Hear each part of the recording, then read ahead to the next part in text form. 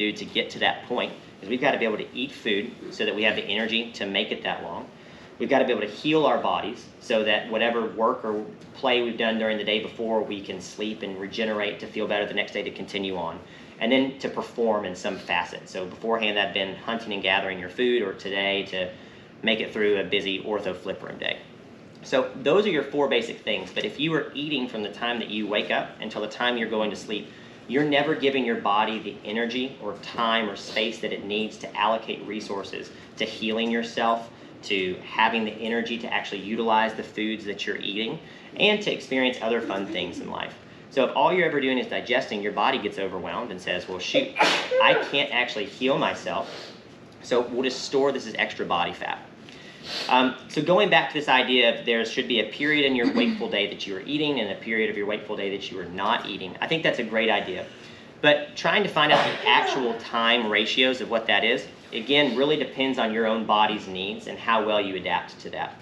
Some people will say a 12-hour eating window is appropriate, meaning that if you started eating at 7 a.m., you cut yourself off at 7 p.m. Some people make that much shorter, up to even like a 6-hour eating window and then a 18-hour break. I don't think necessarily there's any right or wrong way to go about that. The one thing that seems fairly universal is that before you go to bed, it is best not to eat a big meal. So if you can help it, say you go to bed at 10 p.m. at night, trying to have at least a 2-hour break from the last time you put something into your body besides water or a 0-calorie tea should be at 8 p.m. Because sleep is when your body goes through the most regenerative or restorative processes that you get to heal your own self. So if we are overwhelming our body with trying to digest that late night snack or meal, then your body cannot do that as well while you're asleep. This again takes a lot of time and practice, and it's been frustrating for myself as I've been working on this. So again, granting yourself grace, allowing for mistakes and failures and days that you just can't do that, it's totally fine. The fact of the matter that you're even trying to do something better for yourself is awesome, and your body will reap the rewards of that.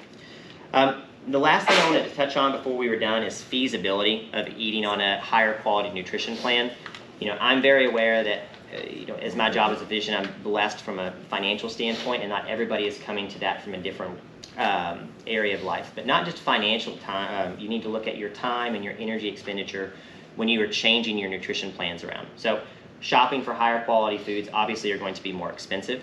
So figuring out how do you allocate the monies that you do have to the products that are going to give you the biggest bang for your buck, and then what certain foods can you eat maybe on a lower quality scale that aren't as bad for you. So there's plenty of things on the internet you can look up. They call them like the healthy dozen or the terrible 15. If you just Google like different foods to kind of put your money into, you can find that out.